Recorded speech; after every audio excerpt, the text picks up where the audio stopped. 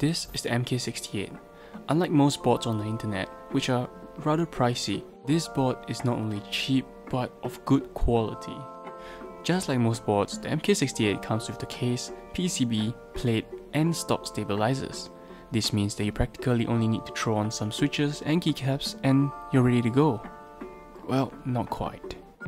It comes with a cleaning brush, a keycap and switch puller, as well as the Type-C cable and the 2.4 GHz dongle if you want to use it in Bluetooth. The stock stabilizers that come with the board are surprisingly really well lubed. You can get this board on Shopee from this seller called Matthew's Shop for only $50. When I got this board, it was when it was freshly released and the price back then was just $47. After all the discounts, I managed to get it for just 37 Sing dollars. Now, this is the part where big YouTubers will flex their $50 wow sticks and scream or whisper their sponsorship or collab. But guess what? People like you and me, we embrace tradition and do it manually with a conventional screwdriver. Anyways, I unscrewed the 6 screws holding the keep together and dismantled the board.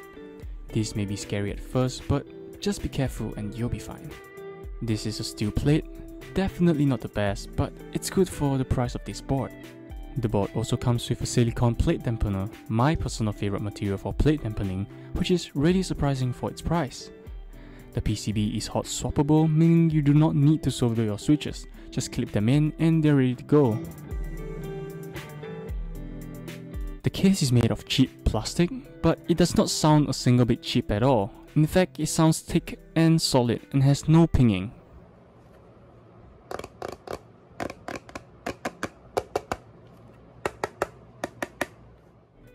These are packaging foam from my online purchases. In fact, the PE material is from this board itself.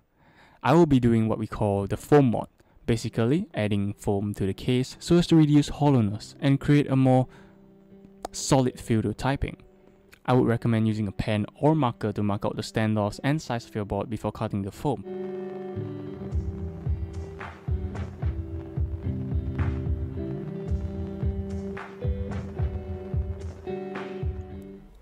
Once all that is done, always check for alignment before moving on. For the PCB, I'll be doing the tempers tape mod. People normally use constructor's tape or cloth tape. Basically anything not adhesive, something that can be easily removed.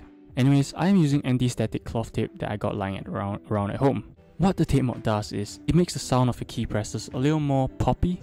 So if you are looking for a more talky sound, do the tape mod. If you are looking for a more silent sound, increase your foam modding instead and skip the tape mod. After that is done, do remember to poke holes through the tape at where the screws are supposed to go so that you'll be able to screw the keep back together afterwards.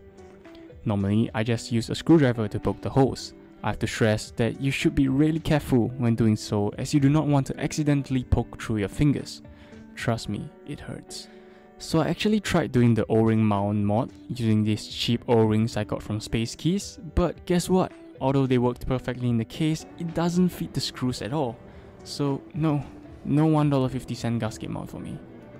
Anyways, I switched out the lower foam for a PE material foam from this box packaging because I needed a thinner foam at the lower side of the case since there wasn't enough room for the PCB if I had stuck to the other foam.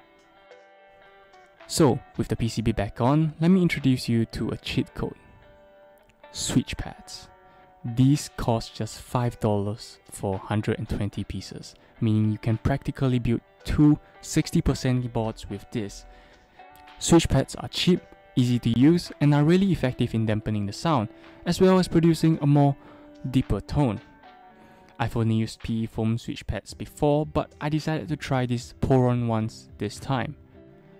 So yeah, switch pads equals cheat code.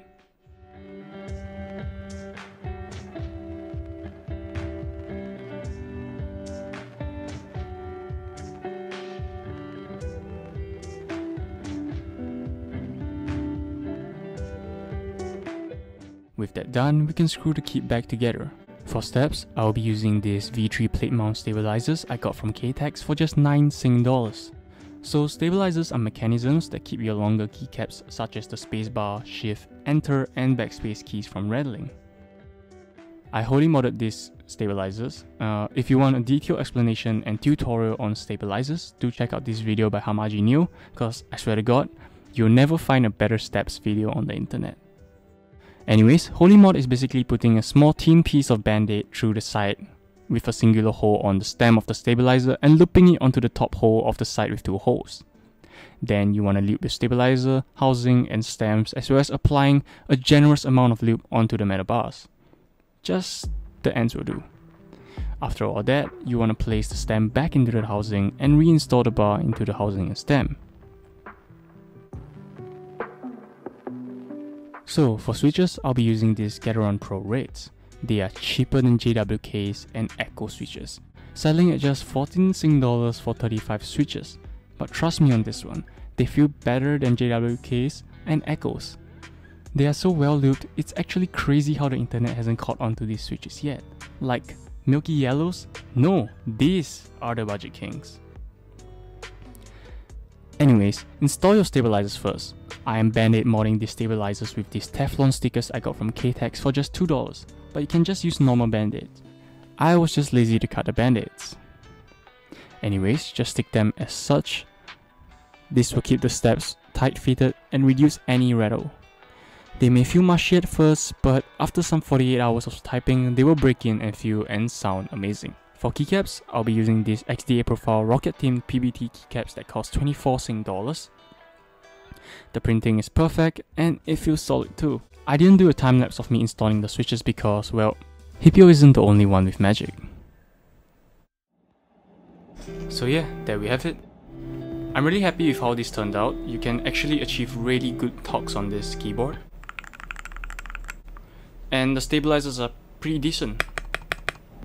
So yeah, I'm really happy with how it turned out, and aesthetically it looks so clean. Like, look at that. To summarize, in US dollars, the keyboard kit cost me $27, the switch pads cost me $4, the switches cost me $18, and the keycaps cost me $17. And the stabilizers cost me $6.